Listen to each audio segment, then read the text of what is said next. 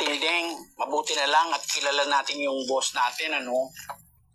Oo, mabait sa atin si Cecilia, no? Ay, di hamak. Mas mabuti pa kay Senyora Bettina. Ay, sumalangit na wa. Sana naman, magtagal na tayo dito. At sana rin, pag hindi tumagal tayo, ay may day off tayo, di ba? Pasyalan natin si Marites. Ah, nasa Quiapo na tayo eh. Sige naman, Tinding. Sige na.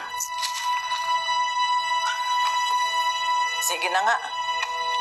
Pero ayoko pumunta sa bahay, ha? Ayoko magsimula ng away. I agree.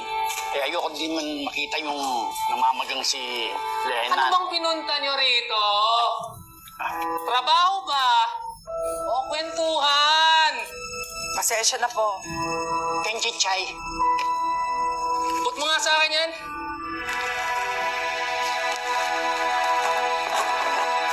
Oh, pagtapos nyo dyan ha, kunin nyo lahat yan at ilagay sa labas.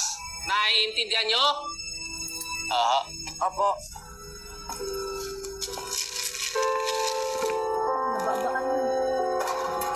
Tinding. Tipati ko. Ba ugali mo?